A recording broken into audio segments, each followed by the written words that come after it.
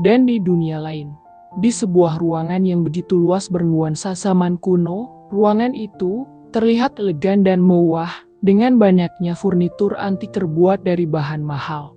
Di dalam ruangan tersebut, terlihat seorang gadis cantik bak putri, tengah terbaring di atas ranjang bergorden merah jambu.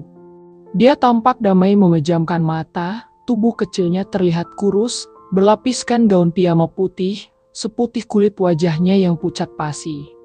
Jemari lentik yang berada di atas tubuhnya itu perlahan bergerak-gerak, seiring bulu mata lentik nan lebat itu ikut bergerak mengerjap dan perlahan terbuka. Pandangan dia yang mengabur perlahan terlihat jelas, dia menatap ukiran lampu gantung besar di atas plafon. Sejak kapan di kamarku ada lampu gantung mewah begitu? Dia lirikkan kedua bola mata berwarna hijau itu ke sudut mata.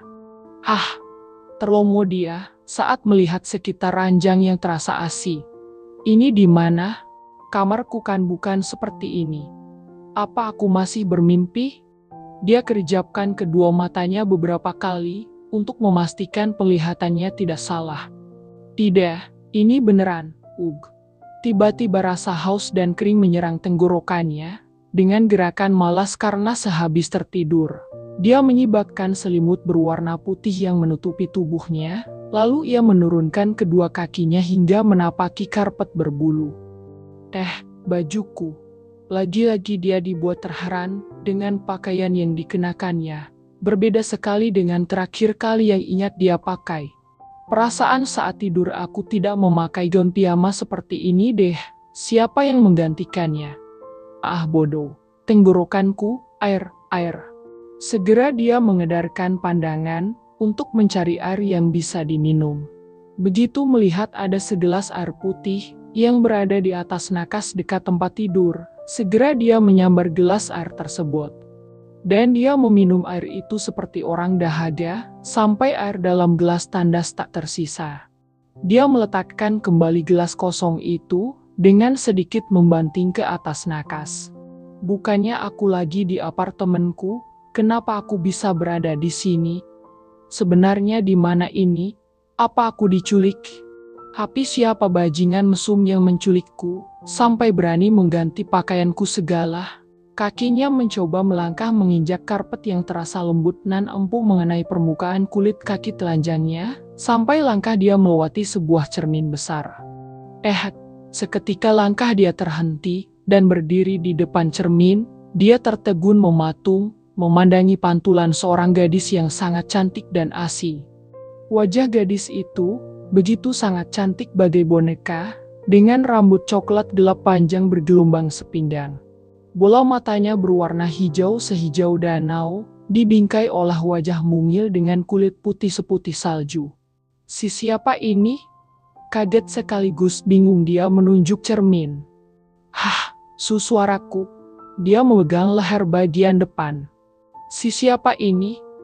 Teriaknya mundur beberapa langkah dan masih menatap ke cermin. Kedua bola mata dia melotot-sekan keluar, serta mulutnya yang terbuka menganga, memperlihatkan jelas bahwa dirinya sangat terkejut dan bingung dengan apa yang sedang terjadi. Dia meniruku. Keterkejutannya saat melihat pergerakan yang terpantul di cermin, sama dengan apa yang dilakukannya. Gila. Ini gila.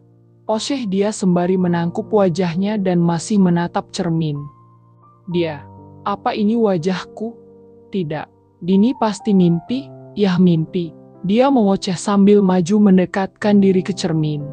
Kemudian untuk memastikan situasi, dia menarik kedua pipinya sekencang-kencangnya. Sakit. Ringisnya mengusap pipi yang terasa panas. Ini bukan mimpi. Ini beneran wajahku, tapi bagaimana bisa? Sebentar, sejak tadi kok aku berbicara aneh?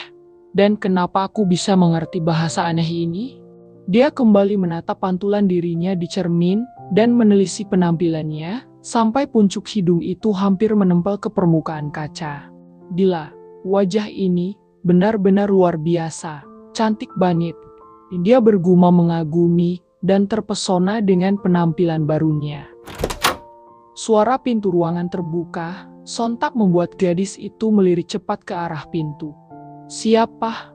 Dari pintu itu, muncullah seorang wanita muda bergaun hitam berenda putih, bagai pakaian seorang pelayan memasuki ruangan. Setelah menutup pintu kembali, wanita itu berbalik hendak melangkah, namun tiba-tiba langkahnya terhenti dan berdiri mematung di tempat. Saat pandangan matanya bertemu tatap dengan gadis yang berdiri tidak jauh darinya. Nona sudah sadar. Wanita tersebut tergagap dengan kedua mata melotot terkejut.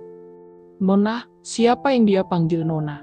Bingung dia, sambil celingukan melihat sekitar, kali aja ada orang lain di ruangan itu. Dia bicara padaku.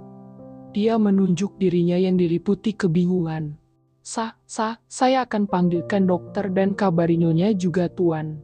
Ucap pelayan itu, dan dengan tergesa berbalik kembali keluar kamar, meninggalkan gadis yang terlihat kebingungan. Nyonya, baju pelayan, ada apa ini semua? Oseh dia menatap penampilannya kembali ke cermin. Ini sungguh gila. Kemudian gadis itu berjalan ke arah sofa yang berada di tengah ruangan, dan mendaratkan bokong ke salah satu sofa panjang, dengan permukaan berbahan kulit lembut berwarna navy. Hai. Hembusan napas panjang dia, mengeluarkan rasa yang terus mengganjal di dada.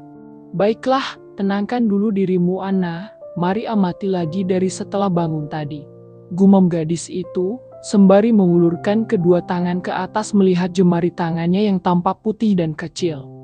Dia kembali mengingat-ingat kejadian saat dirinya yang sebelum berubah menjadi wujud seperti itu, yang sempat meminum obat tidur dan bermimpi indah. Jadi, maksudnya apa ini? Wajahku berubah, kamar yang asing, bahasa yang asing. Apa aku sedang bermimpi, atau mati? Tidak. Mana mungkin aku mati? Terakhir kali kan aku hanya tidur. Tapi kenapa penampilanku bisa berubah begini? Jelas-jelas ini bukan wajahku, bahkan tubuh ini juga.